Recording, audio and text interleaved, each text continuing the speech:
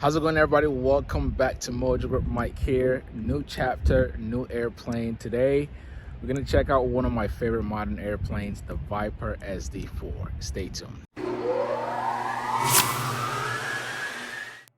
The Viper SD4. If you are an aviation nut job like me, you probably already know about this nice modern birdie right here. Unfortunately, not a lot of videos or pilots have covered this airplane, and I personally have followed this SD4 for about 6 years, and I think it's deja vu, and it's such a sweet experience that I'm actually reviewing one that we own, because this is our newest bird here at Lookup Flight Academy, and we made the investment to go for this airplane, which I'll explain to you in a minute. We bought this plane really for our students, and we went through 4 or 5 different models, and we ended up with the Viper SD4. I am super excited, and this is probably the brightest color that I've ever had in an airplane. This is a yellow. I call it lime yellow, but it is very bright, beautiful in yellow. You've got a little silver tone here and some dark accent color. And this thing is just, it's so well done, so well built. As you see, we actually took the wheel pants off, and we're gonna take the nose off. But what I love about this airplane is it sits a little lower to the ground. That allows for easier entry.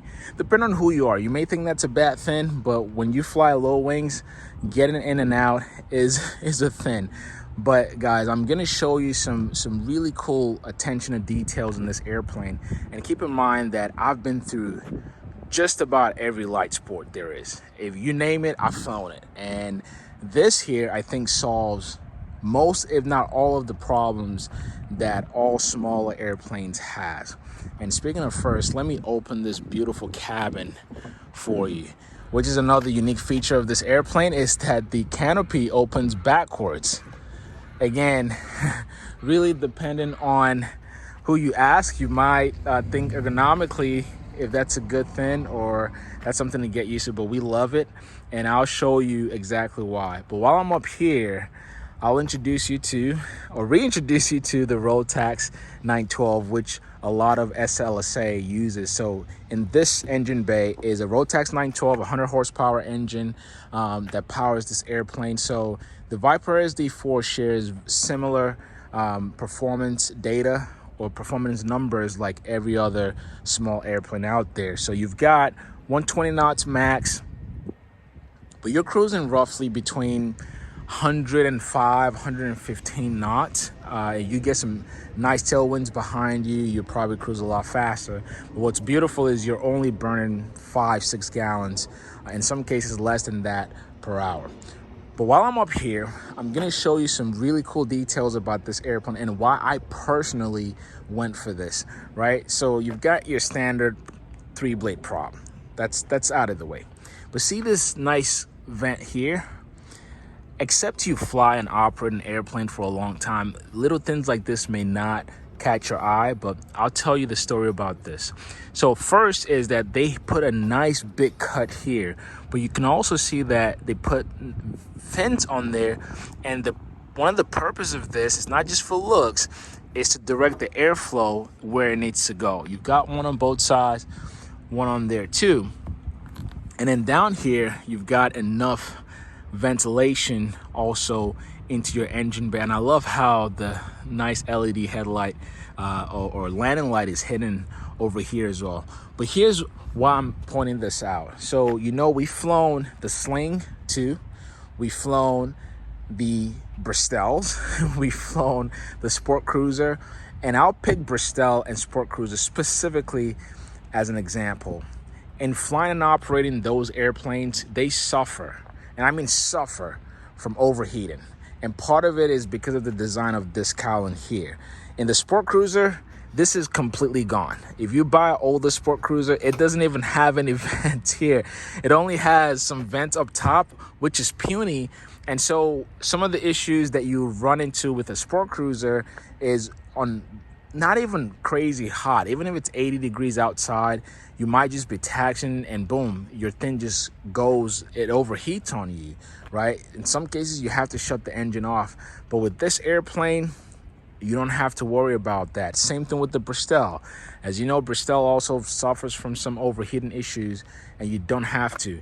Now, to counteract this also, so you have nice protection for overheating, but if you come here in the cabin, which, man, I will take my time in this cabin shortly. If you come here in the cabin, look at this nice pull here called cylinder or air cylinder right there. So what that allows you to do, and I'll cover some more, is during the winter. So you have the opposite problem during the winter, where depending on how cold it is or how high you are, you might have your cylinder head temperature drop really low. And of course, you want to keep the engine at a nice temperature to keep it efficient and running. So if that's the case, as a pilot, or if you're operating the aircraft, you can close your coolant vents by pulling this guy, and boom, the engine stays nice and warm, or it warms itself up. So for me, right, being someone that's operated a lot of these airplanes, all these attention to details actually matter, because it makes your life a lot easier and it makes maintenance a lot more lenient on you. Last thing I'll mention before I leave this area is, I don't know if you can see by design, do you notice that you only have one screw? So this is all clean, right? You only have one screw for the top cover of the cowling here. So you have one on this side, two in total. And I love that because it allows you and or a mechanic to easily get access to the engine bay. So if you wanted to get access to the engine bay, all you got to do is take two screws out, you pull this up, push it back, and boom, you have access to your engine bay. And of course, right here, you can just take a nice look. So little attention to details. I love that they thought about it. And now let me take you to the best part of the airplane, which is the cabin. But while I'm right here, I mean, guys, check this out. This is so, I can spend all day in here. Look how nicely covered and colorful this thing is. And what you don't get with other small and modern planes like this, let me give you a nice view up top. Look at the size of this cabin. The width here, 53 inches. Best in its class. Okay, so if you're on the wider side or you're carrying a passenger that's a little wider than you, guess what? This beats Cirrus. The closest to this is Cirrus and maybe Bristol. But to me, this is the highest I've seen, how wide this cabin is. To give you as a reference, go look at how wide the Cessna 172 is, or even the Sling TSI, which I'm always perfectly comfortable in that airplane. But the width in that plane is about 45 inches. You get a good 7 to 8 more inches of space in the Viper SD4. Okay, now to get in, you can see I've already opened the canopy. So to get in here, you have a step up, and this is gonna take getting used to for some folks. Another thing is you can always have a step up front, but let's go through the back. So I'm gonna get in here. You see here, we can't step on the flaps. So let's get up top. I'll pull myself up and I'm on.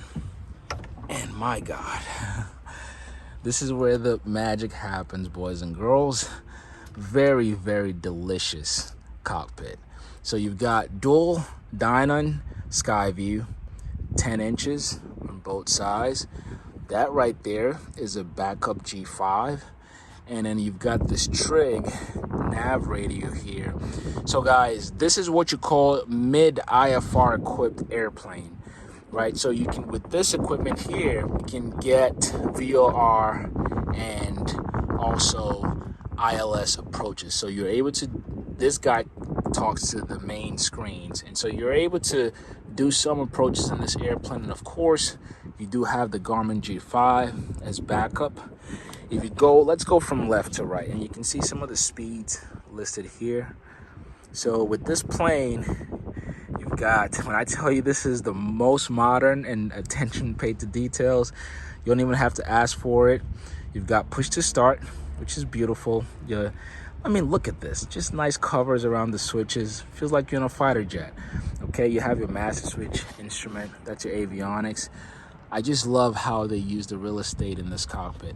All your switches are up here. You've got those, and then of course your manual pulls, carbon heat, choke, that cylinder air I was talking to you about. And let me get in here. So here we are inside of the Viper SD4. You've got your standard stick and rudder. Again, attention paid to details even in the covers and design, where the colors, man, the colors they chose in this thing, they did not cut any corners, guys. You can see that everything is tailored all around, right? So you've got your stick and rudder, and if you're on the taller side or shorter side, those rudder pedals are adjustable. Like in other smaller planes like this, you do have hand brakes. So that's this guy right here. You've got a single power lever, which is up top. And you see how they made use of the real estate here. You've got some nice decals that tells you limitations of the airplane. And you see here, it says the gross weight is 1,320 pounds. I'm gonna talk to you about that because that's already changed. And it's one of the reasons why we actually went for this airplane. So guys, if you're looking to get your pilot's license, I mean, you can't get any better than this. You can't. I hate to say it, you can't. So make sure you check us out. Look up flightacademy.com because you get to be one of the first to fly this beautiful bird. I certainly didn't get it for myself. I got it for the students. Back to the airplane. Here, right at your reach, you have your flap switch. And I love this also because you can do it incrementally. So if you want first notch, just move it there, second, third. I always appreciate that when manufacturers do that. Unlike a lot of the electronically controlled flaps, you have to push the button and then monitor on your screen. Whereas with this, you know exactly how many degrees of flaps that you have. And of course, you have your backup compass there. So let me turn the camera around and show you in terms of comfort being in this pilot seat. Hey, so here I am sitting in the Viper SD4. You can see I've got a ton of room back there. If I close this, it's hot as hell, so I'll keep it open. If I close this, I promise you I still have a good amount of headroom. And of course, since I don't have my locks anymore, I have at least a good 3-4 inches of even more space, right? I'm 5'10". You can see here, this is where my elbow ends. Let me see. And again, you've got 53 inches of space. So wider pilots and passengers can sit here comfortably. One thing you notice sitting in the SD4 is the sitting position. So you're a bit inclined. It really feels like a Ferrari in here. It's like a sports car. But I love that you can adjust your rudder pedals. If you have longer legs or shorter legs, you can always have it to your position. The seats don't move, so those are permanent, but you can adjust the rudder. And of course, the visibility, man, you can't beat this. I love how, again, if you're on the shorter side, you may be sitting a little lower, but average size between 5'7" to 6 feet and up, you're seeing a good bit of your above the cockpit, basically. And I've always appreciated that. And man, although my windows are up right now, just to give you an idea of the view and how wide your view is when you're actually flying this airplane, it is, man, everything in here just screams happy and excitement. It is such a beautiful, beautiful airplane. So I'm gonna show you the back end of it, and I'll show you how many pounds of baggage that you can put back there, because this is an airplane you can also take on trips. It is perfect as a trainer because, man, it's just economical. You can save a ton of money in your operational cost per hour flying an SD4, but also you have some nice room back there that you can put luggage in and go places. So back here, you see all that room? Unfortunately, you can't really put stuff that says no baggage, right? At least under the restricted rules. But since Mosaic passed, I'm sure some things will change, which some of it has already changed pertaining to this airplane. But you see those cubbies there? You can put your luggage and things in those cubbies. So you have one on the right side and the left side, but you see here it says 16.5 pounds. So you can put in total about 33 pounds in this airplane if you want to maintain a proper center of gravity, which is another thing that works well for this airplane. One of the reasons we went for this plane as compared to the other light sport is that the center of gravity and the characteristics of this thing in a stall position it's beautiful, very minimal. It's a nice balanced airplane. And again, we bought it because we want to train students and we want to train modern pilots in it. All right, so let me get down and I'll share some performance numbers with you. As I said earlier, the Viper SD4 shares similar performance numbers as other SLSA in the market. You're pretty much capped out with your engine at 120 knots. Now, that cap really will be out the window sooner or later because Mosaic is in effect, and it's just a matter of time before not just Viper, but really all the other airplane manufacturers out there increase their numbers. And speaking of increasing numbers, this one already has an increase.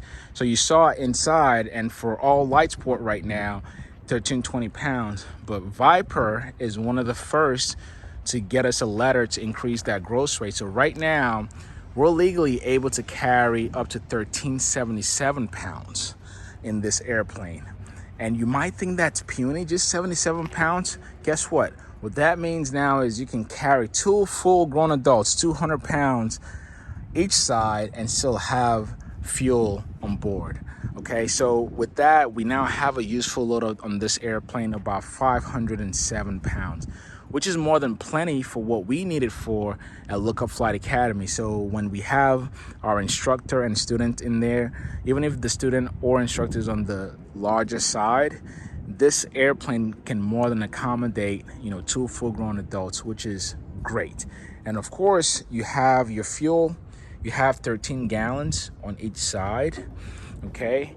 And that's 100 low lead. But what you know about road tax, or what's also beautiful about road tax, is you can put car gas, and we do here. So what we actually do here for our fleet of road tax airplanes is we do a mixture of 100 low lead and automotive fuel. If you can get access to automotive fuel, you save a ton of money on your fuel costs. And here at our flight school, we do have that, and we're able to pass along that savings to the student. The last thing that I forgot to show you, of course, is the parachute, because the Viper SD4 also comes with a ballistic parachute. This airplane, guys, this is a brand new airplane. So maintenance on it is going to be minimal. And for your parachute and other preventative maintenance, you still have a good 5 to 6 years before you change all those things out. But in the meantime, I am just super excited to offer this to our students. I know they are as well. Some of our students have already flown in it, and I can't wait for you to come fly in it with us. You can schedule a demo flight, and if you want to fly this all the way to your commercial pilot rating, guess what? This can do it. You can go from 0 all the way to commercial. Whether you fly with Lookup Flight Academy or if you decide to purchase this airplane, this is a perfect airplane that knocks out training and can also be flown leisurely. All right, that is my spiel on the Viper SD4, the most beautiful modern airplane that I've seen so far. If you want more information on this airplane, you can actually reach out to me, Mike, at mojogrip.net. Whether you're looking to train in it or if you're looking to purchase one, I spoke to the manufacturer that I will give a special discount to those who come through Mojo Grip. So whether you contact me directly or you contact Eagle, make sure you mention Mojo Grip and ask for my special discount with them. But of course, I can take you up all day in this thing as a student at Lookup Flight Academy. So make sure you check out our program, lookupflightacademy.com. I greatly appreciate it. And guys, if this is your first time, please subscribe to the channel. Thank you all so much for your support. Consider becoming a Patreon and get access to all the behind the scenes stuff. I really appreciate you as well. And there's more coming behind all the videos. I'm making more time to make this content. But anyway, thank you for spending time with me. Again, my name is Mike, and I will catch you on the next video.